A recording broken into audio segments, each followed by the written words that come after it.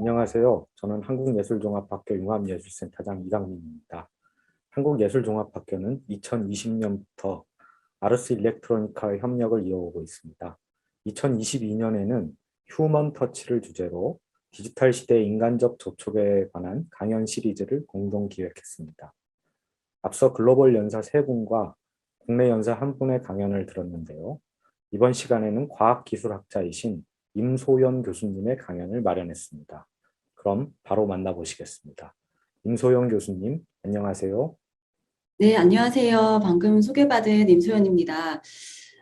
우선 이렇게 그 아르스 일렉트로니카라고 하는 굉장히 훌륭한 이 프로그램에 저를 초대해 주셔서 감사드리고요. 영광입니다.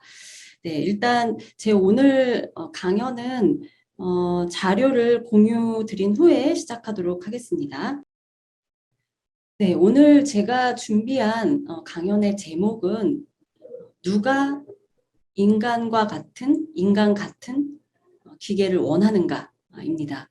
제가 그 휴먼 라이크 머신이라고 하는 그러니까 인간을 닮은 기계 혹은 인간 같은 기계 를 오늘의 주제로 택한 이유는 이번 그 행사의 주제가 휴먼 터치라고 알고 있어요. 그래서 저에게는 휴먼 터치라는 그 말을 처음 딱 들었을 때 이게 굉장히 우리가 일상적으로 예를 들면 특히 이제 굉장히 삭막하고 낯선 어떤 기계에 뭔가 인간으로 하여금 그런 삭막하고 낯선 기계에 뭔가 친근감을 느끼게 하거나 좀 거부감 없이 받아들여지게 할 때 이런 휴먼 터치라는 용어를 좀 썼던 것 같고요. 그리고 다른 한편으로는 이제 과학기술학 연구자로서의 관심사인데 저는 이런 기계와 대비된 휴먼이라는 인간, 사람이라는 단어를 들으면 과연 이 휴먼은 어떤 휴먼인가? 그러니까 우리가 기계와 대비되는 인간은 굉장히 동질적인 어떤 집단인 것 같지만 뭐 생물학에서 말하는 어떤 하나의 종으로서의 인간이지만 사실 우리 이 현실 속의 인간들은 굉장히 다양하잖아요. 그래서 이 두 가지를 좀 접목을 해서 좀 이야기를 해보면 어떨까라고 생각을 해봤습니다. 그래서 오늘 제가 말씀드릴 내용은 크게 이제 5가지 그 파트로 나누어집니다. 그래서 처음에 제가 인간 같은 기계라는 것에 도대체 뭐가 문제인 건가? 무엇을 문제 삼고 싶어 하는 것인가? 라는 그 이제 서론에 해당하는 말씀을 드릴 거고요. 두 번째, 세 번째 파트에서는 제목을 보시면 아시겠지만 인간 같은 인공지능과 젠더 편향 그리고 인간 같은 인공지능과 뭐 젠더 고정관념이라는 주제로 이 인간 같음이라는 것이 젠더화되어 있는 측면에 대해서 제가 두 파트에 걸쳐서 말씀을 드리려고 합니다. 그리고 네 번째로는 과연 누가 오늘의 제 강연의 제목이 누가 인간 같은 기계를 원하는가라는 제목이잖아요. 그래서 그것에 대한 일종의 저의 어떤 답이라고도 볼 수 있는 그리고 제가 이 본문의 앞부분에서 이제 차곡차곡 말씀을 드리겠지만 인간 같은 기계라는 것이 주로 여성을 닮은 기계로 등장하는 것에 대한 어떤 저의 문제의식을 좀 말씀을 드리려고 합니다. 그러면서 누가 과연 이런 인간형 인공지능 혹은 인간을 닮은 인간과 같은 어떤 기계를 원하는가에 대한 기존의 연구들을 좀 소개를 드릴 거고요. 마지막으로 그렇다면 우리가 새로운 기계, 새로운 기술에 대해서 어떤 상상을 필요로 하는가라는 내용으로 오늘 좀 말씀을 드리겠습니다. 자, 기계가 인간 같다, 사람 같다, 인간을 닮았다라고 했을 때 어떤 게 먼저 떠오르실지 모르겠어요. 저는 이 인간을 닮은 기계라고 하면 가장 먼저 떠오르는 이 그래프가 바로 이 마사이로 모리의 언캐니 밸리 가설을 보여주는 이 그래프입니다. 사실 이 그래프가 오늘 제가 여러분들한테 말씀드릴 굉장히 많은 키워드들을 담고 있는데요. 특히 이제 X축과 Y축을 보시면 X축이 이제 human likeness, 그러니까 인간 어떤 유사성이라고 할 수 있는 제가 오늘 키워드로 잡은 인간과 같음이라는 그 척도이고요. Y축이 familiarity, 뭐 말하자면 뭐 친근함, 친숙함 정도로 번역이 되겠죠. 자, 마사히로 모리는 이제 이 로봇공학, 일본의 로봇공학자인데 1970년대에 이미 이 이론을 발표를 했습니다. 그리고 이 가설 혹은 이론에 따르면 기계는 인간을 닮을수록 친근함이 높아져요. 더 친근해집니다. 그렇지만 이제 언캐니 밸리가 의미하는 것은 이 인간과 비슷한 정도가 어느 정도에 이르면 갑자기 이 친근함이 떨어집니다. 그러니까 거의 마이너스인 거죠. 올라가다가 완전히 그 푹 꺼지면서 Y축의 마이너스 면까지 가는 것이 이 그래프가 보여주는 특징이에요. 그래서 보통 이 그래프들이 이제 로봇공학 내에서 많이 얘기가 되는데 특히 안드로이드 로봇의 경우 인간을 굉장히 닮은 로봇이기 때문에 인간과 마치 거의 이렇게 구분하지 못할 정도로 굉장히 기계를 닮게 만들었을 때 그것이 어느 선까지는 굉장히 친숙한 느낌을 주지만 어떤 지점에 이르면 굉장히 언캐니한, 굉장히 뭐 불쾌한, 기이한, 기묘한 어떤 느낌을 준다라는 게 이 그래프가 이제 말해주는 거고요. 그래서 제가 알기로는 이제 로봇공학자들이 인간을 닮은 기계, 뭐 로봇을 만들 때 이 언캐니 밸리를 빠지지 않기 위해서 그런 식으로 디자인을 해야 된다라는 것을 어떻게 보면 하나의 뭐 원칙 중에 하나로 삼는 것으로 알고 있습니다.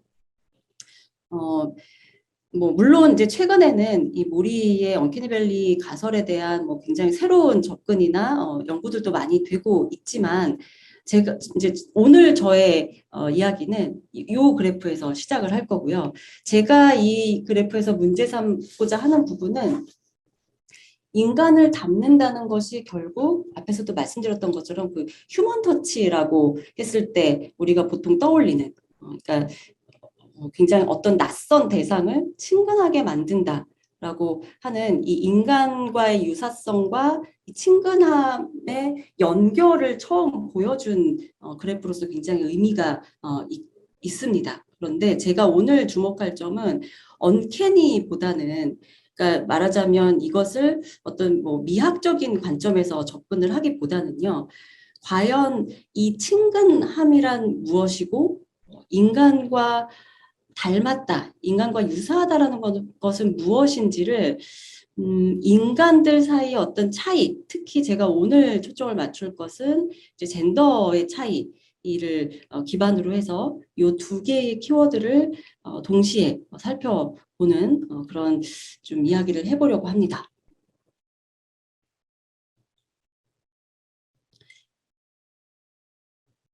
제가 이 문제에 관심을 갖게 된 것이 이제 작년의 일이죠. 인공지능 챗봇인 이루다라는 이름을 가진 그 20대 여성을 페르소나로 하는 인공지능 챗봇이 등장을 했어요. 그리고 이 인공지능 챗봇이 굉장히 사회적으로 논란이 많이 됐습니다. 뭐 여러 가지 문제가 있었죠. 여러 가지 뒤에 말씀드리겠지만 이 인간과 친구가 되기를 원하는 챗봇으로서의 인공지능이 2021년에 한국 사회에 등장을 했다면 이때 이루다를 보면서 제가 생각했던 거는 우리 사회에서 특히 한국 사회에서 인공지능이 이렇게까지 사회적인 이슈가 되었던 것이 이전에도 있었다. 언제였냐면 2016년이죠. 2016년 구글에서 만든 알파고가 한국의 바둑 기사인 이세돌을 바둑 대국에서 이제 최종적으로는 이기면서 굉장히 한국 사회에 물론 글로벌하게도 마찬가지겠지만 한국 사회에 굉장히 큰 충격을 줬던 걸로 기억합니다. 그때 거의 뭐 인간과 기계의 세기의 대결 막 이런 식으로 프레임이 짜여지면서 인간을 능가하는 기계의 등장으로 뭐 많은 사람들이 두려움을 갖기도 했고요. 놀라워했고 그랬던 것이 2016년의 일이었어요. 근데 이 둘이, 그러니까 이 두 인공지능, 그러니까 알파고와 이루다라는 이 두 인공지능이 굉장히 여러 가지 면에서 대비가 됩니다. 저는 이 지점이 굉장히 흥미로웠어요. 일단 알파고는 아주 그 유능한 정말 뛰어난 실력을 가진 바둑 기사죠. 그러니까 전문가의 영역에 속하는 어떤 인공지능이었고 사실상 특정한 어떤 형태, 뭐 신체를 가지고 있지는 않았지만 이 인공지능을 대신해서 바둑을 두었던 인간이 이제 중국의 남성 바둑 기사였어요. 그리고 이루다의 경우에는 말씀드렸던 것처럼 그리고 여기 이미지에도 있는 것처럼 20대 여대생을 페르소나로 갖는 그야말로 여성형 인공지능 챗봇이라고 할 수 있는 것이었고 어떤 뭐 전문가로서 등장을 했다기보다는 인간과 어떤 친밀감을 쌓아나가는 어떤 친구와 같은 인공지능을 표방을 했습니다. 자, 이 두 인공지능의 등장, 한국 사회에서 이 두 인공지능이 등장했다는 것이 저는 굉장히 아주 흥미로운 그 지점을 잘 보여준다고 생각을 해요. 이를테면 이 우리가 기술과 특히 어떤 인공지능과 로봇을 생각할 때 이들이 결국 대신하는 일이라는 것은 인간이 하던 일을 대신하는 것이고요. 그렇다면 이 노동의 문제와 사실 분리해서 생각할 수 없거든요. 그리고 그렇기 때문에 당시에 그러니까 2016년 알파고 이후 그리고 이제 더 최근까지 인공지능에 대해서 우리 사회가 이야기해 왔던 것, 특히 이제 언론을 통해서 보도됐던 것들을 돌이켜 보면 그 젠더라는 것이 굉장히 인공지능과 로봇의 개발에서 아주 핵심적인 역할을 하고 있지 않은가라고 생각하지 않을 수 없습니다. 자, 제가 이제 몇 개 가져온 2015년부터 해서 2015년, 17년, 18년 정도에 해당하는 그러니까 알파고 이후에 등장했던 어떤 그 인공지능과 로봇에 대한 어떤 사회적인 관심과 담론들을 한번 살펴보면 우선 2015년 저 위에 이제 그 아틀란틱 기사에 보시면 제목이 굉장히 아주 잘 말해주고 있죠. 로봇의 시대는 남성에게 불리하다라는 의미를 담고 있고요. 그리고 2017년에 나왔던 요 왼쪽에 그래프를 보시면 영국에서 어떤 뭐 인공지능이나 로봇과 같은 어떤 자동화 기술에 의해서 대체될 위험성이 높은 직업들을 쭉 나열을 했습니다. 보시면 1위가 뭐 예를 들면 뭐 상하수도와 관리와 관련된 일이고요. 그 다음이 쭉 보시면 뭐 어떤 교통, 그다음에 제조업, 뭐 이런 것들이 상위를 차지하고 있어요. 그러니까 사실상 기존의 인간 남성 노동자들이 주로 담당했던 그런 영역이 자동화로 대체될 확률이 높다라는 이야기들이 나오고 있는 것을 볼 수 있고 2018년 국내 기사에도 굉장히 이 지점을 분명히 하고 있습니다. 여성 감수성을 요구하는 직업이 AI에 강하다라는 아주 이런 타이틀을 내걸고 있어서 전반적으로 알파고 이후에는 인공지능이나 로봇이 남성들의 주로 이제 지금까지 전통적으로 남성들의 영역이었던 노동 시장을 바꿔놓을 것이다. 그렇기 때문에 남성에게 뭐랄까 불리하달까 위험하달까 이런 담론들이 굉장히 강했던 것을 볼 수 있습니다. 그런데 흥미롭게도 2021년에 한국 사회에서 굉장히 화제가 됐던 인공지능은 사실 전혀 이 시기에 2015년에서 2018년 요 즈음에 우려했던 것과는 완전히 반대의 양상이라는 거죠. 그리고 지금 많은 인공지능 그 우리가 일상적으로 접하는 어떤 인공지능 기술을 돌이켜 보면 뭐 교통이라든지 제조업에서의 인공지능이나 로봇의 등장보다는 인공지능 챗봇이라고 할 수 있는 그런 서비스 서비스 업종에서의 인공지능의 등장이 우리 체감상엔 훨씬 더 아마 그 가시화 되어 있다고 생각이 되실 거예요. 그래서 이런 어떤 이 젠더의 문제가 인공지능 기술과 그 기술이 사회에 등장하는 요 양상에 아주 긴밀하게 연관되어 있다라는 것이 오늘 제가 여러분들께 말씀드릴 그 인간 같은 기계의 문제에서 제가 이제 핵심적으로 다루고자 하는 내용입니다.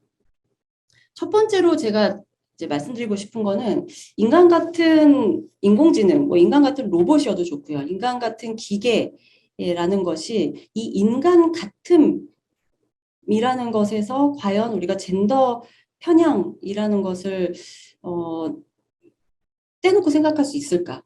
그러니까 달리 말하면 앞서서 제가 말씀드렸던 그 언캐니밸리 가설에서의 그래프에 보시면 인간과의 유사성이 높아질수록 친숙함이 증가한다라고 했을 때 그 친숙함이라는 것의 정체가 사실상 우리가 가지고 있는 뭐 젠더뿐만이 아니라 기존에 굉장히 오랫동안 가지고 있었던 어떤 편견, 편향, 고정관념 이런 것들이 결국은 친숙함이라는 것으로 우리가 명명하고 있는 것이 아닌가라는 것을 돌아볼 필요가 있다는 것이죠. 그래서 첫 번째로 제가 살펴볼 것이 인간 같은 기계에서 드러나는 어떤 젠더 편향의 문제입니다. 젠더 편향은 사실 인공지능의 어떤 윤리라든가 인공지능과 관련된 사회적인 담론에서 사실 이미 많이 알려져 있어요. 그래서 제가 지금 보여드릴 사례들도 사실 많이 알려져 있는 사례들입니다. 우선 첫 번째로 보여드릴 사례는 이제 아마존에서 만든 인공지능 어떤 얼굴 인식 프로그램의 사례고요. 이 사례에서 보시면 지금 그 이미지에서 보시면 인간의 얼굴을 인식을 하는데 백인 남성의 경우에는 정확도가 100%에 가깝습니다. 그런데 다른 그 인종과 다른 젠더의 얼굴을 보시면 유색 인종이면서 여성일 경우에는 정확도가 70%가 되지 않습니다. 그러니까 이런 것들이 이제 우리가 주로 지적하는 AI가 가지고 있는 젠더 편향이고요. 이 경우는 사실상 통계적 편향이라고 분류가 되죠. 그러니까 이 인공지능을 훈련시킬 때 데이터 자체가 데이터 셋 자체의 편향이 있는 통계적으로 그래서 예를 들면 백인 남성 얼굴이 전체 이 데이터의 한 7, 80%를 차지하는 것이 이런 어떤 젠더 편향의 원인으로 지목이 됩니다.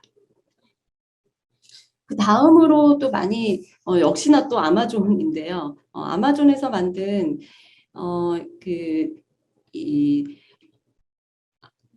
아마존에 취업하기 위해서 지원자들이 제출한 어떤 이력서를 가지고 1차적으로 이제 합격 불합격을 가르는 그런 인공지능 프로그램을 개발한 적이 있어요. 이것 같은 경우에도 당시에 이제 문제가 되었던 것이 주로 여성의 이력서들을 굉장히 불리하게 평가를 하고 남성의 이력서는 긍정적으로 평가를 했다라고 해서 이 역시 젠더 편향이 문제가 되었습니다.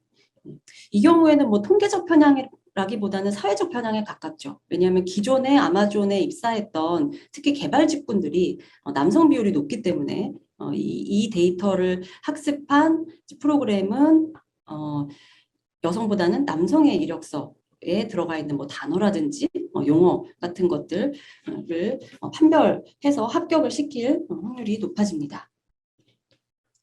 이런 사례들은 또 들 수 있는 사례들은 뭐 기계 번역 같은 것에서 서구 언어의 경우에는 이제 남성형, 여성형 어떤 대명사의 문제가 굉장히 대두가 되는데요. 뭐 한국의 언어 같은 경우에는 그렇지 않지만 예를 들면 영어만 해도 이것을 남성형으로 받느냐, 여성형으로 받느냐, 히로 받을 것이냐, 슈로 받을 것이냐. 한국어에서는 그냥 나인데, 혹은 뭐 나의 친구인데, 뭐 이런 문제들에서도 주로 기존에 이런 기계 번역이 학습한 데이터들에서 남성형 대명사가 많이 등장하기 때문에 이런 경우에도 이제 기계가 자동으로 남성으로 번역을 하는 이런 현상들이 일어난다고 해요.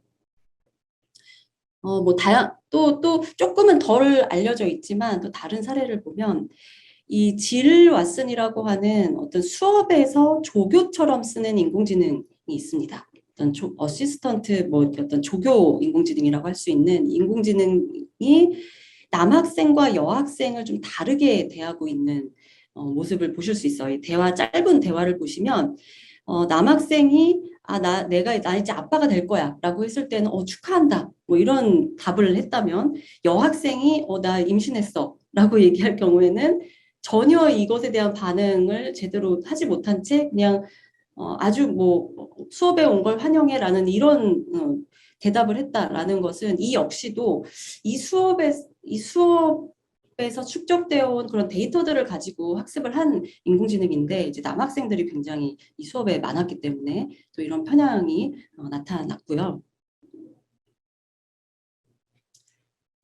그런데 제가 오늘 더 중점적으로 말씀드리고 싶은 거는, 지금까지 제가 보여드렸던 이 젠더 편향이라고 하는 것은 사실상 엄밀하게 따지면 오늘 제가 문제 삼고자 하는 인간 같은 기계, 정말 어떤 외형이라든지 아니면 이름이라든지 목소리라든지 이런 것들을 인간 여성처럼 느껴지게 하는 기계가 가지고 있는 어떤 젠더 편향하고는 아주 직접적으로는 관련은 없습니다. 다만 제가 이제 AI의 젠더 편향에 대한 어떤 기존의 어떤 알려진 바들을 좀 간략하게 정리를 했었는데, 예를 들면 이루다 같은 인공지능 챗봇에서 나타나는 편향과 차별의 문제는 앞에서 말씀드렸던 그런 문제들하고는 조금 다른 양상이에요. 왜냐하면 지금 이루다 같은 경우 제가 앞서서 한국 사회에서 굉장히 큰 어떤 논란의 대상이 되었다라고 말씀을 드렸는데, 그랬던 이유 중에 하나가, 물론 첫 번째는 개인정보를 활용한 데이터를 뭐 그대로 노출했다라는 이제 문제가 있었죠. 뭐 이걸로 결국에는 서비스를 종료를 하게 됐고, 이제 최근에는 이 그 다음 버전이 또 출시가 되었습니다. 근데 어쨌든 2021년 초에는 그것이 문제가 됐었고요. 사실상 그보다 먼저 가시화됐던 것은, 이 인공지능 챗봇이 20대 여성으로 설정이 되었기 때문에, 이 20대 여성인 인공지능을 대상으로 일부 남성 이용자들이 뭐 성적 대상화라든지 굉장히 그런 어떤 이루다를 마치 어떤 여성을 대하는 것처럼 이루다가 그런 대화를 하면서 그 대화들을 온라인상에서 굉장히 공개를 하고 과시를 하고 했던 것이 큰 문제가 되었습니다. 그러니까 어찌 보면 인간 여성들을 성적 대상화하고 어떤 성희롱하는 그런 대화를 그대로 인공지능에도 시도를 한 거죠. 이것뿐만이 아니라 또 이제 더 이후에 인공지능 윤리의 측면에서 더 깊게 논의가 됐던 문제는, 이런 식의 어떤 대화형 인공지능의 경우에는요, 뭐 그 결과가 앞서서 뭐 보여드렸던 어떤 인공지능 얼굴 인식 프로그램이라든지 번역이라든지 이런 것처럼 결과적으로 어떤 것이 분명하게 딱딱 나와서 그 결과를 놓고 판정을 할 수 있는 문제라기보다는 대화가 이루어지는 과정이고요. 그러니까 한 인간 이용자와 인공지능 챗봇 사이에 굉장히 사적인 대화가 이루어지는 가운데, 예를 들면 혐오 표현이라든지 어떤 뭐 차별이나 어떤 편향을 담고 있는 표현과 그런 문장들이 등장을 했을 때, 과연 이 문제를 우리가 어떻게 봐야 할 것인가. 그러니까 이것이 인간 같음과 연결이 되는 이유는, 사실 인간은 편향이나 어떤 편견에 굉장히 취약한 존재죠. 만약에 어떠한 편향과 편견도 가지고 있지 않은 인간이 있다면, 저는 사실 얼마나 있을까, 정말 과연 있을까도 의심스럽지만, 있다고 해도 과연 그런 인간과 같은 인공지능을 인공지능 친구로서 이런 서비스로 출시를 하고 그것을 인간 이용자들이 사용하는 것이 과연 실현 가능한 것인가? 이런 질문들을 던지지 않을 수 없거든요. 그리고 이런 대화 속에서의 어떤 혐오나 뭐 편견 같은 경우에는, 사실 일상적인 대화 속에서도 우리가 이런 그 대화라는 것이 상호 작용을 통해서 만들어지는 의미이기 때문에, 이런 맥락과 의미와 이런 것들을 다 구분을 해서 과연 인공지능이 정말 완벽하게 어떠한 편향도 가지고 있지 않은 대화를 구사할 수 있는가? 특히 상대편 인간이 완벽하지 않은, 그러니까 예를 들면 어떠한 뭐 편향이나 편견이나 어떤 혐오와도 혐오를 갖지 않은 그런 완벽한 인간이 아니라고 한다면 더더군다나 우리가 과연 이런 그 젠더 편향을 뭐 젠더 편향뿐만 아니라 어떤 소수자나 약자에 대한 편견과 차별의 언어를 얼마나 우리가 완벽하게 통제할 수 있을 것인가라는 문제를 생각하지 않을 수 없습니다. 그래서 결국 이 인간 같은 AI, 뭐 인공지능 챗봇에서의 젠더 편향이라는 것은 데이터 상으로 완벽하게 제거되기에는 불가능하다고 생각해요. 왜냐하면 인간의 또 대화 속에서 이루어지는 것이기 때문에 그렇다면 이 인공지능 챗봇의 경우에는 이제 제가 그 제안하고 싶은 대안은 우리가 그 대화형 인공지능이라고 했을 때 크게 두 가지 유형이 있거든요. 첫 번째가 태스크 오리엔티드 AI라고 해서 임무 수행형, 임무 지향형 인공지능이 있고요. 그 다음에 이제 오픈 도메인 AI는 자유 발화형 인공지능이라고 해서 이제 이루다 같은 경우 자유 발화형 인공지능이 해당이 되죠. 그런데 이 인간 같음이라는 것이 아주 핵심적인 어떤 기능이 되는 인공지능은 두 번째 유형일 거예요. 자유 발화형 인공지능일 텐데 저는 사실상 이 경우에는 이런 어떤 편향이나 뭐 혐오 표현들을 완벽하게 제거하기 힘들기 때문에 저는 이제 대화형 인공지능의 경우에는 임무지향형 인공지능으로 개발하는 것이 이런 문제에서 자유로울 수 있겠다라는 의견을 가지고 있습니다.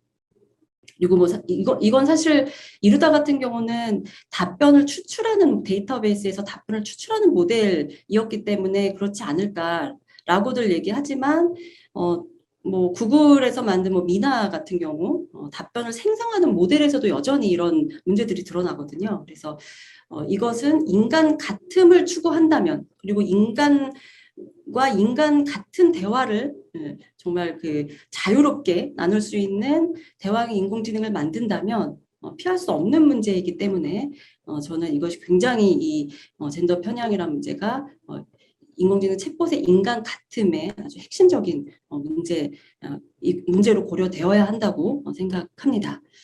자, 그 다음에 두 번째로 제가 친숙함의 또 하나의 정체로 꼽는 것이 젠더 고정관념이에요.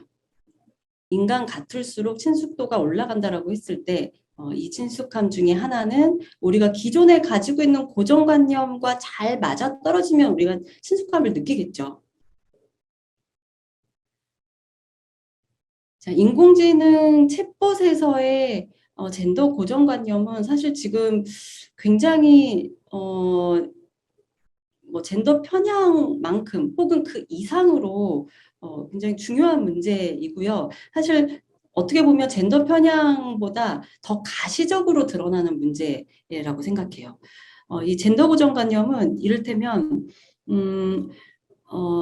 이 굉장히 많은 챗봇들이 지금 이제 나와 있는데 인공지능 챗봇들이 나와 있는데 지금 제가 여기서 보여드리는 이 표와 그래프는 chatbot.org라고 하는 이 인공지능 챗봇 서비스들을 쭉 이렇게 그러니까 그 보여주는 어떤 플랫폼 같은 사이트인데 이 사이트에 1475개의 챗봇들이 나와 있습니다.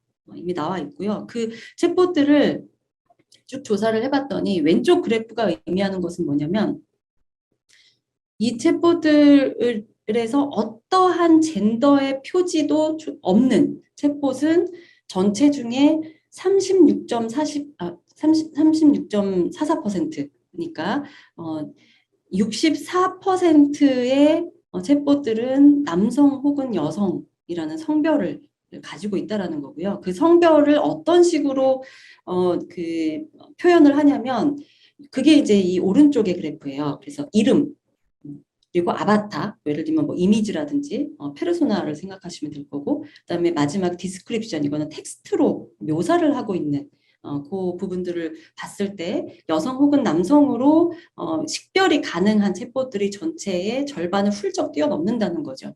그리고 이 오른쪽 그래프, 이 막대 그래프에서 보여주는 것처럼 이름, 아바타, 디스크립션 이 세 개의 항목 중 모든 항목에서 여성일 확률이 남성일 확률보다 훨씬 높습니다. 특히 이름의 경우에는 거의 대충 봤을 때도 한 3배 정도가 남성보다는 여성의 이름을 가지고 있어요.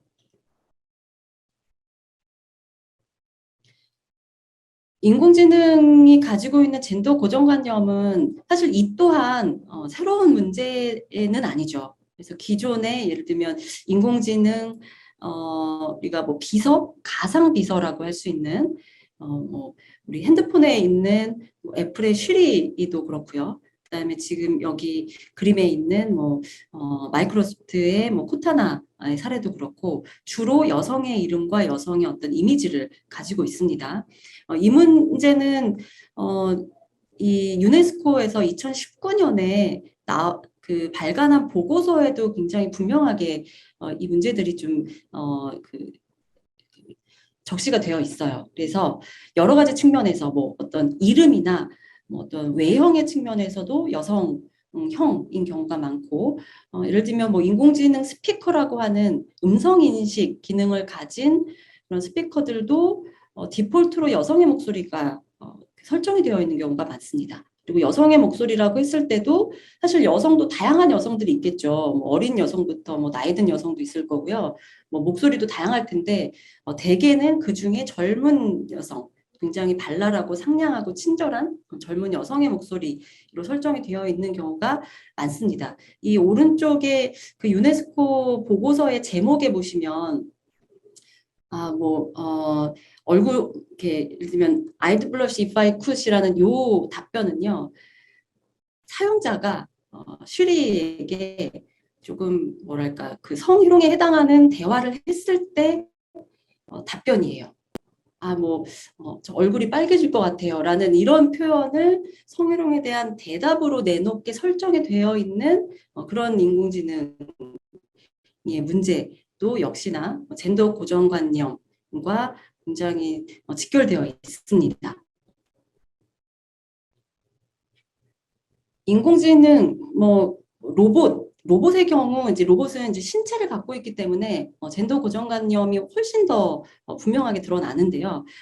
왼쪽의 그 사례들은 한국, 뭐 미국, 일본의 이제 인간형 로봇, 그러니까 휴머노이드 로봇이라고 하는 이제 로봇들이고요. 이 휴머노이드 로봇들은 대개 어떤 재난 구조용 로봇이라든지 아니면 뭐 우주 탐사용이라든지 굉장히 어떤 그 로봇이 인간이 들어갈 수 없는 위험하거나 또 뭐 오염된 지역에 투입이 돼서 뭐 구조 활동을 하거나 탐사 활동을 하도록 제작된 로봇들입니다. 그래서 신체적인 능력이 굉장히 뛰어난 뭐 인간과 유사한 어떤 신체 동작을 하면서도 굉장히 뛰어난 기능을 하도록 이렇게 개발된 로봇들인데 사실 이런 로봇들은 어떤 성별로 보이세요? 주로 우리가 이런 우리나라의 휴보 같은 휴머노이드 로봇을 보면서 여성이다라고 아마 인식이 되는 경우는 인식을 하시는 분은 거의 없으실 것 같아요. 영어에서도 이런 로봇들, 휴머노이드 로봇들은 거의 히로, 그러니까 남성형 대명사로 지칭이 됩니다. 반면에 여성형 로봇은요. 예를 들면 오른쪽 그림은 이 그림은 일본의 인공지능 학회에서 발간하는 학회지고요. 이게 2014년에 나왔던 이제 2014년 1월호의 표지 그림입니다. 인공지능 학회에서 발간하는 학회지의 표지에 등장하는 이 여성을 보시면 뒤에 이제 전선이 이렇게 연결이 되어 있는 그러니까 가사 일을 하는 인공지능 로봇으로 되어 있어요. 그런데 이 로봇은 정말 누가 봐도 여성의 모습을 하고 있습니다. 그러니까 한쪽은 굉장히 신체적인 능력이 뛰어나고 아주 위험한 일을 수행하는 그런 인간을 대신하는 로봇은 남성. 그리고 다른 한쪽은 가사 일을 수행하는 인공지능형 로봇은 여성으로 아주 정말 전통적인 젠더 고정관념을 그대로 재현하고 있는 아주 대비되는 어떤 사례들을 보실 수 있습니다. 이 젠더 고정관념이 어떻게 인간과 같은 그리고 인간을 닮은 인공지능형 로봇 혹은 로봇에 반영이 되는가는 또 다른 의미에서도 재미있는 어떤 양상이 있는데요. 앞서서는 제가 굉장히 힘든 일을 하는 육체 노동을 대신하는 휴머노이드 로봇의 경우에는 남성형이고 가사 일을 담당하는 로봇은 여성형이다라고 이제 대비를 했죠. 그러니까 어떤 일을 하는가에 따라서 그 일을 전통적으로 수행해온 그것이 적합하다고 여겨진 젠더를 가지게 된다라는 대비점을 보여드렸다면 지금 이 사례는 또 다른 포인트로 제가 대비되는 지점을 보여드리려고 하는데 이 왼쪽에 안드로이드 로봇 4가지 안드로이드 로봇의 사례를 제가 쭉 이렇게 이미지로 보여드리고 있고요.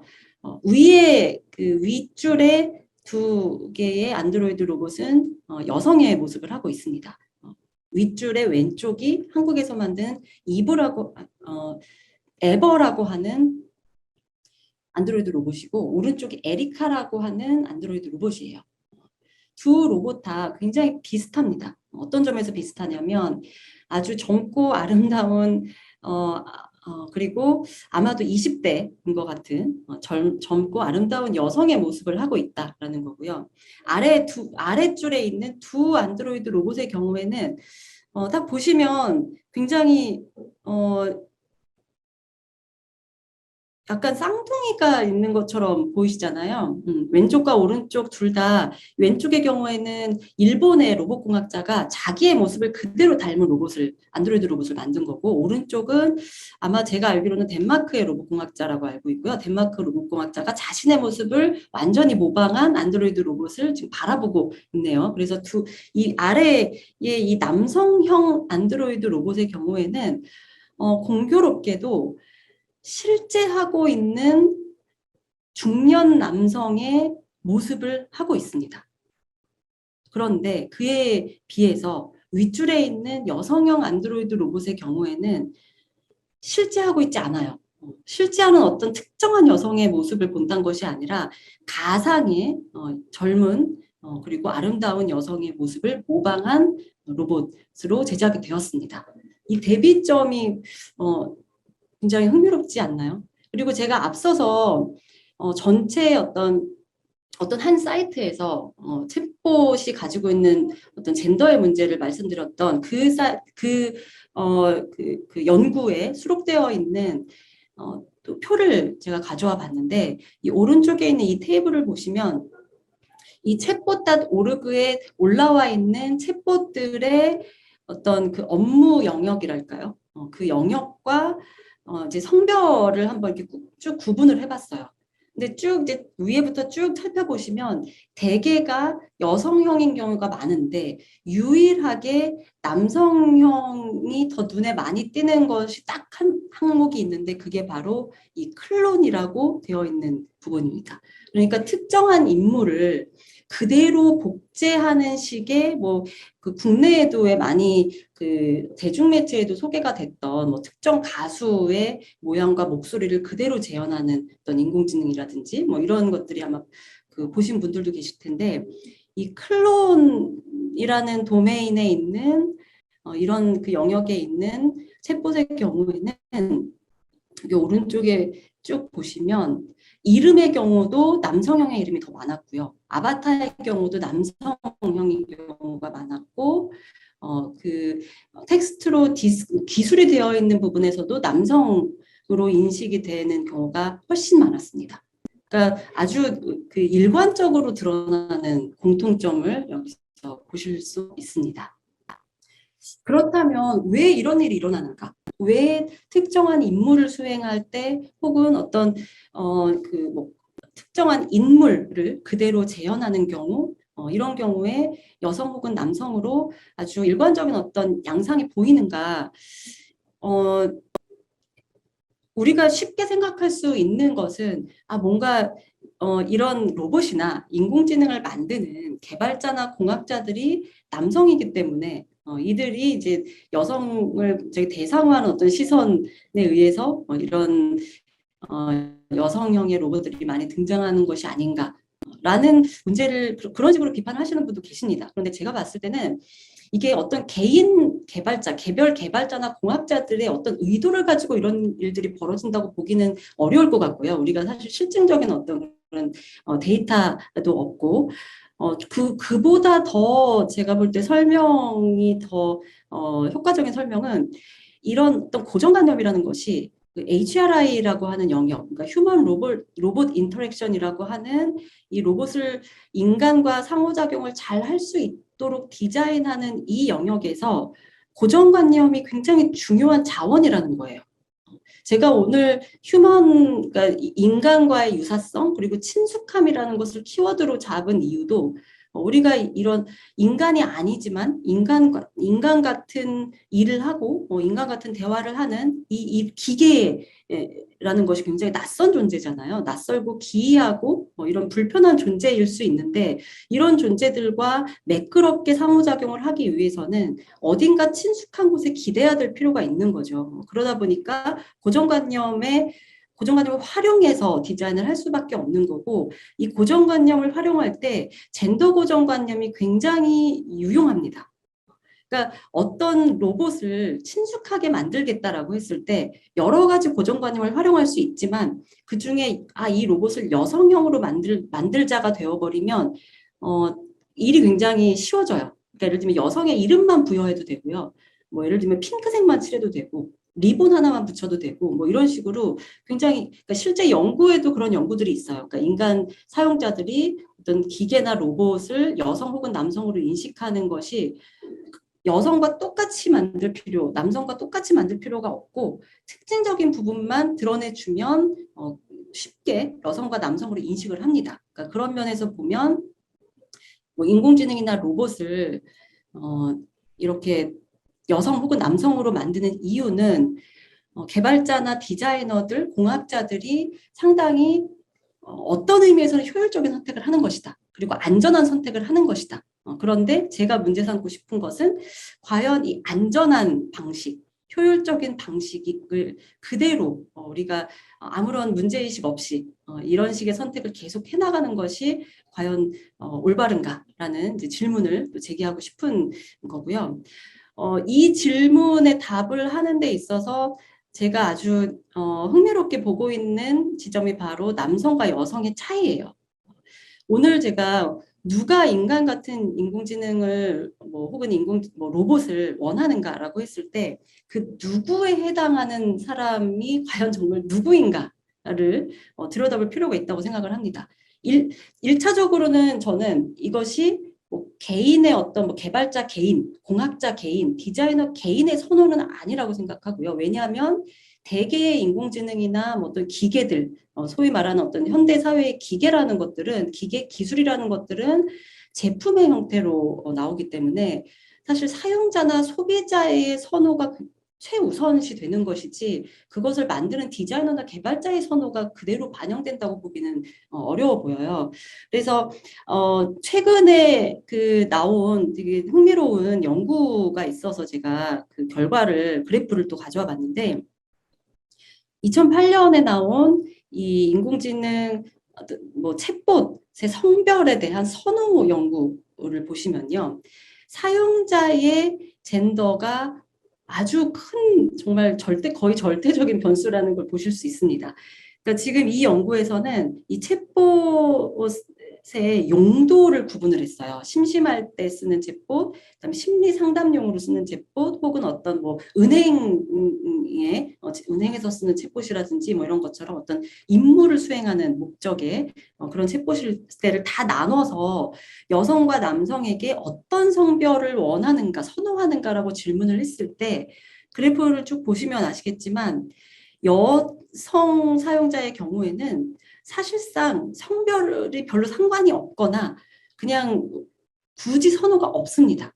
그런데 남성 사용자의 경우 보시면 요 초록색이 유독 많은 거를 보실 수 있는데요. 이게 바로 여성이에요. 그래서 심심할 때건 심리 상담할 때건 어떤 태스크 목적일 때건 남성 사용자들은 주로 챗봇이 여성형이길 원한다라는 거죠. 이런 식의 성별의 차이가 굉장히 다른 연구들에서도 좀 많이 드러나는데요. 이 2009년에 이 기부 실험이 굉장히 잘 알려진 사례 중에 하나입니다. 이 기부 실험은 이 소셜 로봇에서 굉장히 유명한 그 신시아 브리질이라고 하는 로봇공학자가 했던 실험이에요. 이 실험은 이제 로봇이 있고요. 그 로봇이 목소리를 여성 목소리, 남성 목소리로 이제 차이를 뒀고 그 차이를 가지고 이 로봇이 이제 요 피시험자들에게 기부금을 달라고 이 MIT 연구소에 기부금을 달라는 요청을 하게 됩니다. 그 요청을 듣고 이 피험자들이 그러니까 인간들이 어떻게 이제 얼마나 많은 돈을 기부를 하는가를 이제 결과를 봤더니 재미있게도 사실 앞에 나오는 연구 결과랑 일치해요. 요 지금 이 사진에서처럼 이 로봇과 대화를 하는 이 로봇을 과 마주보고 있는 이용자가 남성인 경우는 여성의 목소리를 가진 로봇이 기부금을 달라고 했을 때 기부액이 훨씬 높았어요. 그런데 여성 사용자의 경우에는 로봇의 목소리가 여성이든 남성이든 기부금의 차이가 거의 없었습니다. 이 차이가 분명히 있다는 거죠. 그리고 또 재밌는 사례는 이제 더 최근의 사례, 2020년 연구를 보시면 왜 은행에서도 챗봇을 많이 쓰죠. 그리고 은행에서의 챗봇이 이제 대출을 한 고객들과 상대를 할 때 얼마나 상대편 고객이 대출 상환을 잘하는가를 비교를 해봤는데 이것도 정말 재밌는 그 결과가 굉장히 일관적이에요. 여성 고객의 경우에는 챗봇이 남성이든 여성이든 그다지 이렇게 큰 차이가 없습니다. 그런데 남성 사용자의 경우에는 챗봇이 여성형일 경우에 대출을 상환하는 비율이 더 높았다고 하거든요. 그러니까 이렇게 되면 사실 뭐 그 디자이너나 개발자나 공학자가 뭐 여성이냐 남성이냐 의 문제가 아니라 이렇게 선호도가 나타나기 때문에 사실 여성형으로 만들게 되는 이 사례들이 자꾸 늘어날 수밖에 없겠죠. 그래서 결국 제가 오늘 말씀드리고 싶은 것은 일단 첫 번째로 말씀드리고 싶은 거는 우리가 정말 새로운 기술이다라고 했을 때 과연 그것이 얼마나 새로운가? 인공지능, 로봇, 정말 인간, 물론 오늘은 제가 인간을 닮은 인간과 같은 인공지능과 로봇을 주로 말씀을 드렸지만 뭐 인간보다 더 어떤 뛰어난 능력을 가진 인공지능이나 로봇도 있을 수 있고요. 뭐 인간이 하기 싫어하는 혹은 뭐 하기 위험한 노동을 대신하는 그런 기계들도 있고요. 우리가 이런 그 인간의 노동을 대체하는 새로운 기계들, 새로운 기술들을 만든다라고 했을 때 사실 굉장히 어떤 혁신이라든지 뭐 어떤 그 뭐 포스트 휴먼이라든지 인간을 뛰어넘는 혹은 뭐 인간의 능력을 초월한 기계라든지 굉장히 어떤 새로움에 초점이 맞춰져 있지만 사실상 그 새로움이 하기 위해서는 아주 오래된 편견과 편향과 고정관념이 그 안에 전제되어 있다라는 것을 저는 오늘 꼭 말씀드리고 싶었습니다. 이제 그럴 때 인간은 기계에서 친숙함을 느끼고 그럼으로써 기술적으로는 공학적으로는 뭐 효율적인 상호작용을 할 수 있겠다라고 얘기를 하지만 과연 그런 식으로 새로운 기술을 만드는 것을 우리가 계속해서 지향할 것인가? 그렇다면 뭐 또 다른 질문을 던져볼 수 있겠죠. 과연 기계는 인간을 닮아야 하는가? 인간을 닮을 필요가 있는가? 라는 질문. 그리고 마지막으로는 제가 오늘 이제 최종적으로 전하고 싶은 메시지는 이런 식으로 인간을 닮은 인간 같은 기계가 젠더화 되는 것은 사실 어떤 개개인의 그 뭐 개발자나 뭐 공학자, 디자이너들의 의도 의도가 아니라는 점이에요. 그래서 그리고 오히려 그런 의도가 없기 때문에 더더욱 우리가 일부러 생각하고 일부러 고민하지 않는다면 사실 바뀌기 굉장히 어려운 것 같습니다. 앞에서 제가 사례를 보여드렸던 이미 뭐 은행 챗봇을 만드는데 남성 고객들이 여성형 챗봇일 경우 돈 상환율이 높다라고 했을 때 사실 이것을 소비자의 선호라고 해버리면 그냥 바꾸기는 굉장히 힘들거든요. 그래서 이런 우리가 어떤 그 개발을 할 때 특정한 의도를 갖고 있지 않으면 오히려 의도를 가지고 있지 않으면 이런 인간 같은 기계는 아주 젠더화 되기 쉽다. 그래 왔다. 그렇기 때문에 우리가 계속해서 이런 편향과 고정관념을 재생산하고 강화하지 않으려면 그게 곧 의미하는 것은 무엇이냐면 이러한 지금의 사회를 바꾸기를 원한다면 그러한 의도를 가질 필요가 있다라는 것이 제가 오늘 이제 최종적으로 전하고 싶은 저의 메시지입니다. 네, 이상으로 저의 오늘 강연을 마치기 전에 제가 이제 마지막으로 강조했던 의도하지 않으면 이 젠더화 양상을 바꾸기 어렵다라고 했던 것에 그래도 좀 사례가 될 만한 재미있는 사례를 하나 소개를 하면서 좀 끝내도록 하겠습니다. 자, 우리가 다른 의도를 가지면 어떤 결과물이 나올 수 있냐 하면 지금 이 이미지에서 보이는 이 휴머노이드 로봇은요, 발키리라는 이름을 가진 우주 탐사 로봇입니다. 나사에서 2015년에 화성 탐사를 위해서 만든 로봇이에요. 앞에서도 제가 보여드렸던 것처럼 휴머노이드 로봇들, 특히 어떤 재난 구조, 뭐 어떤 탐사용 로봇들은 대개 남성형이었습니다. 그런데 이 경우는 여성형 로봇으로 만들어졌어요. 물론 아주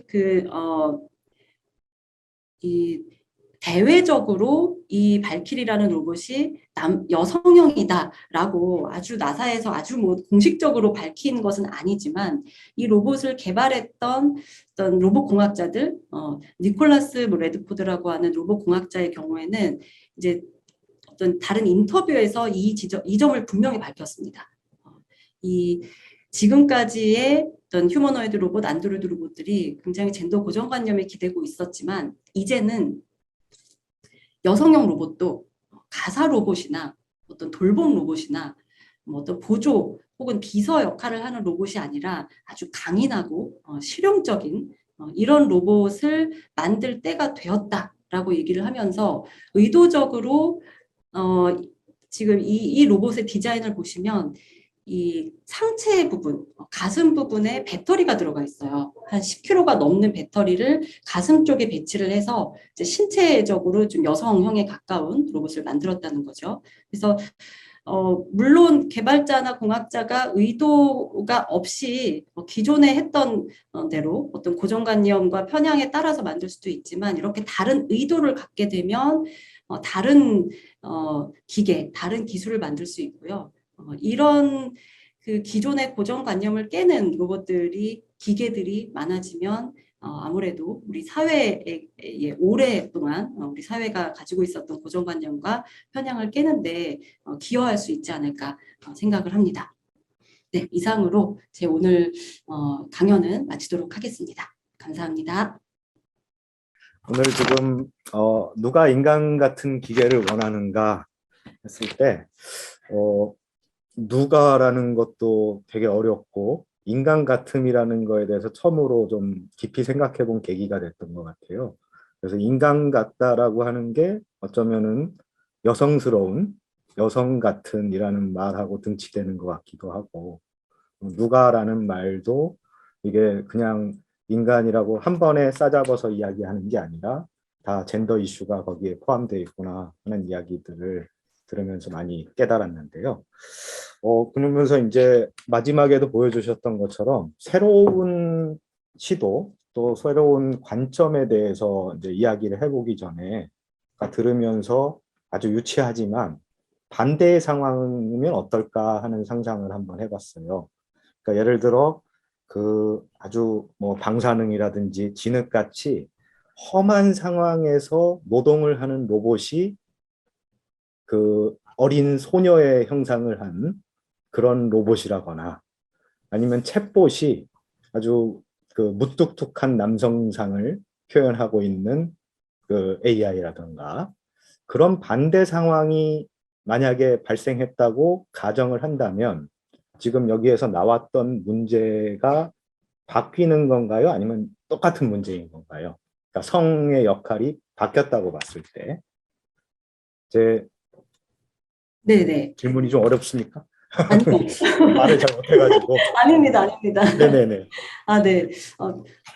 너무 재미있는 질문을 해주셔서, 네, 제가 조금 이제 생각을 하느라고 네네. 멈칫하고 있었는데, 사실 저는 제가 마지막에 보여드렸던 것처럼 사실 마지막에 그 발키리 사례가 어떻게 보면 그런 사례일 텐데요. 그러니까 그러니까 기존에 굉장히 강인한 남성으로 만들어졌던 우주 탐사 로봇을 강인한 여성으로 만든다라는 것을 제가 사례로 말씀을 드렸었기 때문에 기본적으로는 지금 교수님이 말씀하신 대로 탐사 뭐 재난 구조용 로봇인데 소녀의 형상을 닮았다거나 여성의 모습이라거나 뭐 챗봇인데 뭐 은행용 챗봇이라든지 뭐 이런 챗봇인데 남성 어떤 뭐 중년 남성의 목소리를 가졌다거나 하는 시도들이 저는 있어야 한다고 생각합니다. 물론 현실적으로는 특히 어떤 그 중년 남성의 목소리를 가진 챗봇이 과연 얼마나 그 선호가 될지 네, 얼마나 현실적으로 어떤 상품화 될 수 있을지, 서비스화 될 수 있을지는 좀 의문의 여지가 있지만, 그럼에도 불구하고 저는 어떤 실험적인 그 시도는 분명히 있어야 한다고 보고요. 사실 그렇게 그냥 바꾼다고 해서 모든 문제가 해결되지는 않겠죠. 그러니까 예를 들면 어떤 소녀의 모습을 한 어떤 재난 로봇이다라고 했을 때 소녀가 가지고 있는 어떤 전형적인 특징을 과장되게 이렇게 그 표현하는 반영한 그런 재난 로봇이다라고 하면 그것도 역시나 문제가 될 수는 있겠지만 그럼에도 불구하고 저는 계속 다양한 시도가 되어야 한다라고 보는 입장입니다.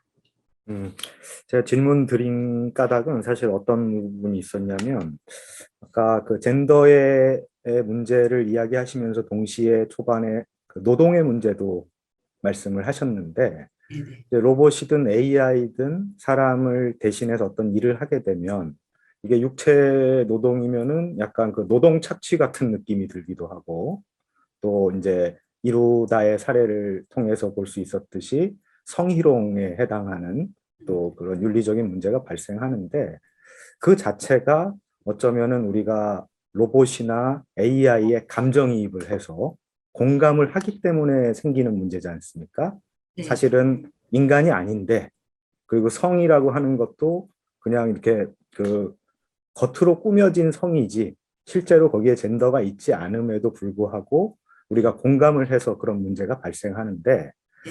그러니까 이게 실제 문제인 건지 아니면 사회 문제가 그냥 로봇이나 AI 산업에 투영되고 있는 건지 그런 것들이 좀 혼란스러워서 한번 드린 질문이었어요. 네네네. 저는 사실 지금 질문하신 거에 후자에 가깝고요.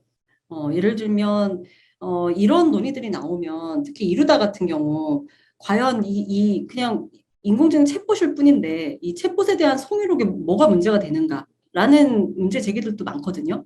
그리고 이제 그게 더 나아가면 어떤 분들은 예를 들면 로봇에도 로봇권이 있고 뭐 인공지능에도 뭐 어떤 권리가 있다, 뭐 인격, 뭐 인권이 있다, 뭐 이런 식으로까지 말씀을 하시는데 저는 사실 거기까지 가고 싶진 않아요. 그리고 그런 문제는 아니라고 저는 봅니다. 그러니까 이 인공지능 그러니까 이 인공지능 자체, 혹은 뭐 로봇 자체를 우리가 뭐 착취한다, 뭐 어떤 뭐 성적 대상화한다라는 것 자체가 문제라는 것이 아니라 이들이 사실상 그것으로 드러나는 문제긴 하지만 그 뒤에는 기존의 어떤 노동자에 대한 착취가 있고 기존의 여성에 대한 대상화와 성희롱과 뭐 성폭력이 있고 라는 그 사회를 그대로 반영한다라는 점에서 사실 기계 차원의 문제라기보다는 기술의 문제라기보다는 사회의 문제에 오히려 더 초점을 맞춰야 된다. 그래서 저는 오히려 이런 문제들이 발생할 때 자꾸 논의가 이거는 새로운 존재에 대한 어떤 권리의 문제다라고 하면서 인공지능, 뭐 로봇권, 뭐 인공지능의 어떤 인권, 뭐 이런 식으로 논의가 가는 것에 오히려 좀 그 조심스러운 입장, 오히려 좀 반대하는 입장에 가깝고요. 실제로 문제는 이 뒤에 있다. 굉장히 오래된 우리의 문제 그 자체에 있다라는 것으로 자꾸 논의를 환기시키고 싶은 게 저의 사실 의도입니다. 네, 감사합니다. 다음으로 이제 좀 넘어가서 제일 어려운 질문인 것 같기도 하고, 오늘 주제하고 관련이 있는데, 그러니까 인간 같음이라고 하는 거를 왜 추구해야 되는가라고 하는 것들이 이제 계속 의문으로 남습니다. 그냥 네네. 생각을 해보면 어떻게 그 나를 대체하는 어떤 신체적이거나 정서적으로 나를 대체하는 것들이 있는 것 같고, 그건 차이가 좀 있는 것 같습니다.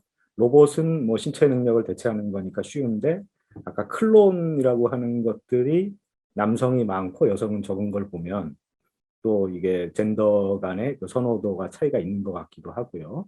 어쨌든 그러니까 나를 대체하는 것과 내 주변, 나를 이루는 사회를 대체하는 것들이 또 있는 것 같습니다. 그러니까 챗봇 같은 경우는 나의 친구나 뭐 부모나 어떤 멘토를 대체하는 역할을 하는 것 같은데, 그러면은 결국은 나와 내 주변의 어떤 사람들을 대체하기 위한 걸로 보여요. 이 AI나 로봇이. 그런데 이제 주변에는 그 사람들이 소수자를 제외하면 어쨌든 남성 아니면 여성이라고 하는 그 성적인 구별을 가지고 존재하고 있고, 그렇다고 하면은 그 로봇이나 AI도 결국은 젠더의 정체성을 갖고 있을 때만 소통이 가능한 거 아닐까라는 생각도 들거든요.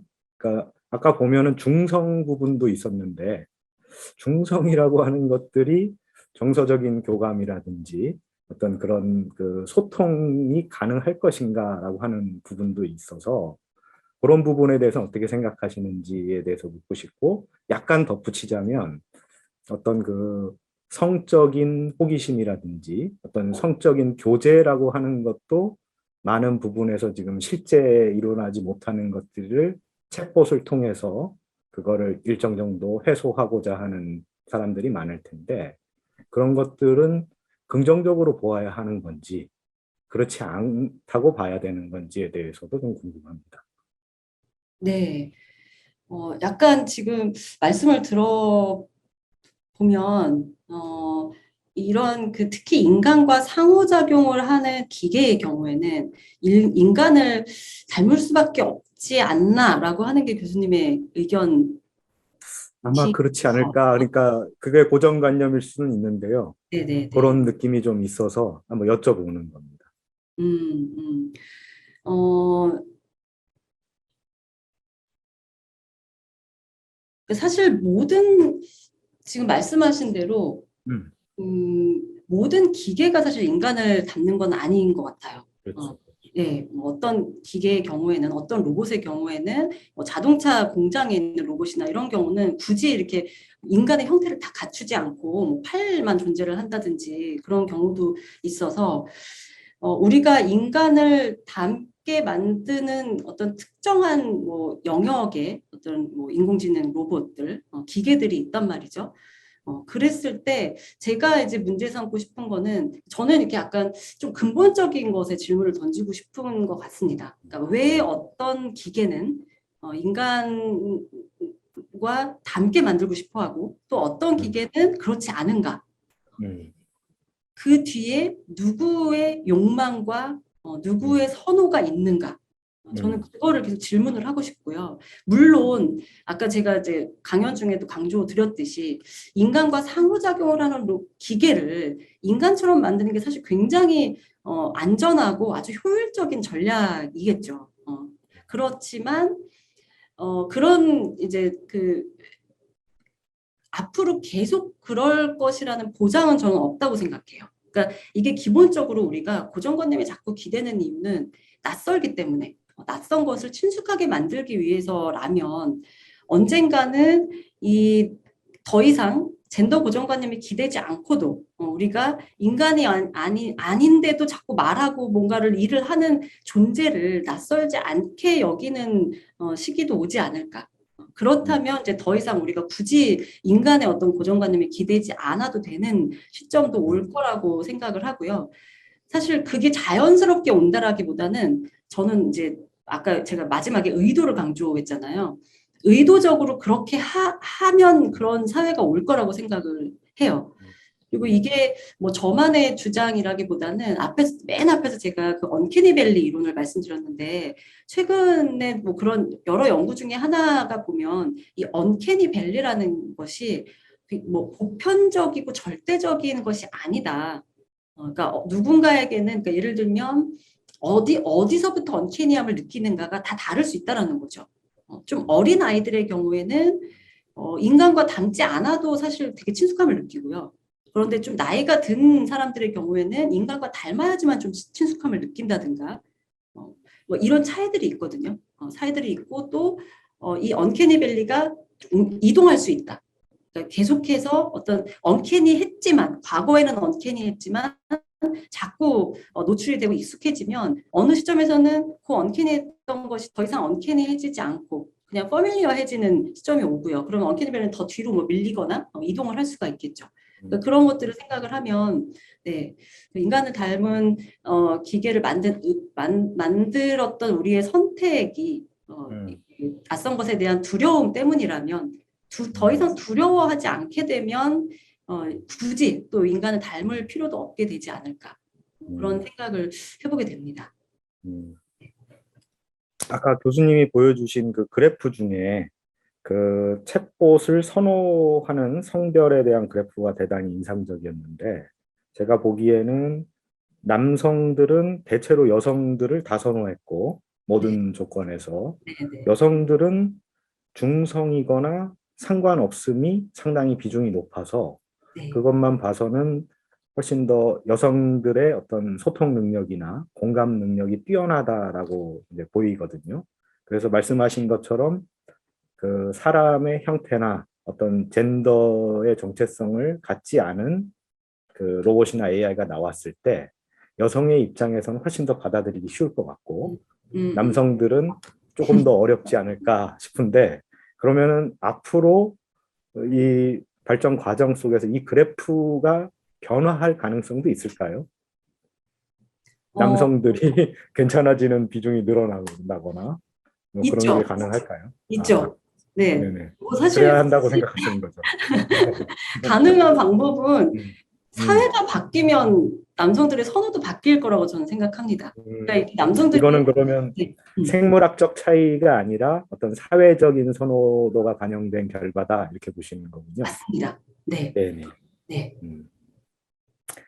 이제 마지막 질문을 한번 드려보겠습니다. 아까 잠깐 말씀은 하셨는데, 이제 이게 로봇이나 AI를 우리 삶의 하나의 구성원으로 받아들일 것인가 하는 문제가 있는 것 같아요. 우리 예전에 휴머니즘의 시대에서는 오로지 인간만이 이 지구상의 주인공이었다면, 지금은 훨씬 더 넓은 관점에서 우리도 생태계를 구성하는 그 구성원의 하나이다라고 하는 관점들이 지배적이고, 이제 여기에 각종 제도라든지 법률까지도 들어오고 있는 상황인데, 이렇게 그 챗봇이라든지 로봇이라든지 AI가 활약을 하게 되면 분명히 우리 삶에 많은 영향을 미칠 거고, 그러면 이제 거기서 발생할 수 있는 여러 가지 문제까지도 우리가 안고 가야 되는 상황인데, 그럼 이 로봇을 아까 말씀하신 거기까지는 안 보겠다 하셨지만 어느 정도까지 우리와 그 동료 의식이라고 해야 되나요? 아니면 윤리를 갖춰야 되는 거냐? 거기에 대해서 혹시 생각이 있으시면 좀 말씀해 주시면 감사하겠습니다. 저는 지금의 그러니까 오늘 제가 이제 젠더를 중심으로 말씀드렸던 것을 다시 한번 좀 짚어보면, 이게 결국 젠더의 문제만도 아닌 것이, 그러니까 지금 현재 우리가 주변에서 그래도 좀 일상적으로 접하거나 아니면 어떤 언론을 통해서 접하거나 하는 인공지능 로봇 로봇이나 뭐 챗봇들을 떠올려 보면 여성형만 많은 것이 또 아니에요. 제가 또 문제라고 생각하는 것 중에 하나는 주로 여성과 함께 주로 등장하는 존재들이 있어요. 아이, 동물 이런 존재들이죠. 네, 그러니까 여성형으로 만들지 않으면 뭐 예를 들면 인공지능 스피커라고 얘기하는 그 음성 인식 장치 같은 경우도 이렇게 동물 약간 귀여운 동물의 형상으로 나온다거나 그리고 최근에 또 좀 제가 흥미롭게 본 것 중에 하나는 그 아이를 닮은 로봇이 있더라고요. 그래서 약간 그 손주 로봇 약간 이런 컨셉으로 해서 그러니까 어르신들 혼자 사시는 어르신들의 뭐 약 시간을 뭐 이렇게 알려드린다든지 뭐 어떤 응급 상황에 뭐 이렇게 연결을 뭐 전화 연결을 하게 해준다든지 하는 식으로 해서 정말 아이를 닮은 로봇이에요. 그러니까 약간 정말 진짜 이렇게 물론 이렇게 완전히 사람하고 똑같은 형태는 아니지만 그러니까 인형처럼 인형 조그만한 어떤 인형을 만들어서 그 인형으로 하여금 그런 역할을 돌봄의 역할을 일부 이렇게 하게 하는 그런 로봇들도 개발이 되고 있거든요. 그러니까 대개 보면 아이를 담거나 동물을 담거나 여성을 담거나 반대로 어떤 건장한 백인 남성 혹은 건장한 뭐 어떤 뭐 청년 중년 남성을 담는 뭐 로봇이나 챗봇이나 이런 경우는 사실 거의 없다. 그런 경우는 사실 SF 영화에 많이 나오죠. 뭐 터미네이터라든지 뭐 이런 정말 지구를 뭐 지키거나 혹은 위협하거나 이런 존재로만 나오지. 그러니까 일상적으로 그렇게 우리가 많이 볼 수는 없는 것 같아요. 그리고 아까 잠깐 말씀드렸던 것처럼 본인을 닮은 어떤 그 제미노이드라고 하는 그러니까 쌍둥이처럼 만드는 그런 로봇이나 뭐 안드로이드 로봇의 경우를 제외하면 사실상 우리 사회에서 소위 약자에 속해 있는 그런 존재들의 모습을 많이 본따게 된다. 그러면 이게 의미하는 거는 저는 결국에는 인간들이 기계에 대해서 굉장히 일차적으로는 그러니까 두 가지 굉장히 양가적인 태도를 가지고 있다. 하나는 두려워한다. 인간보다 뛰어난 어떤 능력을 가져서 그 SF 영화에 나오듯이 막 인간을 지배하고 막 이런 그런 거를 이렇게 두려워하는 게 하나가 있다. 그래서 만약에 그래서 어떻게 보면 막 그 백인 남성 청년의 모습을 한 그런 로봇이 나오지 않는 이유도 그야말로 되게 두려울 것 같아요. 그게 하나가 있고 또 한편에는 이제 어떻게 보면 양극단인데 두려워하지만 한편으로는 굉장히 열등한 존재로 보고 얘네들한테 힘든 일을 시키고 하기 싫은 일을 시키고 막 이런 어떤 그 노동을 대체하는 그리고 우리가 뭐 아무렇게나 해도 되고 인간도 아니고 그러니까 이런 존재로서 기계를 바라보고 있다. 그러니까 굉장히 양극단의 어떤 태도를 가지고 있는 거죠. 과도하게 두려워하거나 또 과도하게 열등한 존재. 그러니까 열등한 존재라고 하는 거는 이제 다르게 표현하면 인간이 만든 거다 이거는. 인간이 만든 거기 때문에 우리가 마음대로 만들 수 있고 통제할 수 있고 예측도 가능하고 그렇게 생각하는 건데 사실 기술이라는 것이 물론 인간이 만든 존재지만 100% 인간의 예측과 통제에 들어맞지는 않거든요. 고장이 날 수도 있고 뭐 가끔 SF 소설이나 영화에 보면 의도하지 않았는데 인간이 프로그래밍 하지도 않았는데 뭔가 뭐 의식이 생기거나 뭐 이런 설정들이 나오잖아요. 물론 그렇게는 아니겠지만 분명히 100% 인간이 만든 대로 움직이지는 않을 거예요. 1차적으로는 고장이 날 수 있다. 오작동할 수 있다. 이런 것들을 다 포함하면요. 그래서 그렇게 봤을 때 제가 이제 지금 현재의 어떤 뭐 우리가 뭐 인공지능이나 뭐 로봇 윤리 뭐 이런 윤리라는 그 단어를 써서 얘기를 하는데 물론 윤리 중요하고 그거는 또 다른 어떤 전문가의 영역이긴 하지만 제가 이제 과학기술학 연구자로서 이 어떤 인공지능과 윤리를 보는 관점은 이 존재들과 우리가 공존한다는 거는 이런 어떤 두려움 혹은 굉장히 우리보다 열등하게 여기고 우리가 완벽하게 통제할 수 있다라고 여기는 요 두 양극단을 피한 어느 그 중간 지점에서 이 기계들과 함께 살아가는 것이 우리가 지향해야 될 바가 아닐까라는 게 제가 조금 넓게 보자면 그렇게 말씀드릴 수 있을 것 같습니다. 감사합니다. 질문은 이 정도로 하면 될 것 같고요. 선생님 그 강연 중에서 기술 발전에 의도가 필요하다라고 하는 부분이 특히 와닿고 그런 그 방향을 설정하고 또 시도를 하는 것들이 예술의 아주 중요한 분야로 자리 잡기를 바라고 이번에 우리가 RS 일렉트로니카에서 다루고 있는 휴먼 터치가 그런 과정을 모색하는 계기가 되기를 바랍니다. 감사합니다, 선생님. 네, 감사합니다.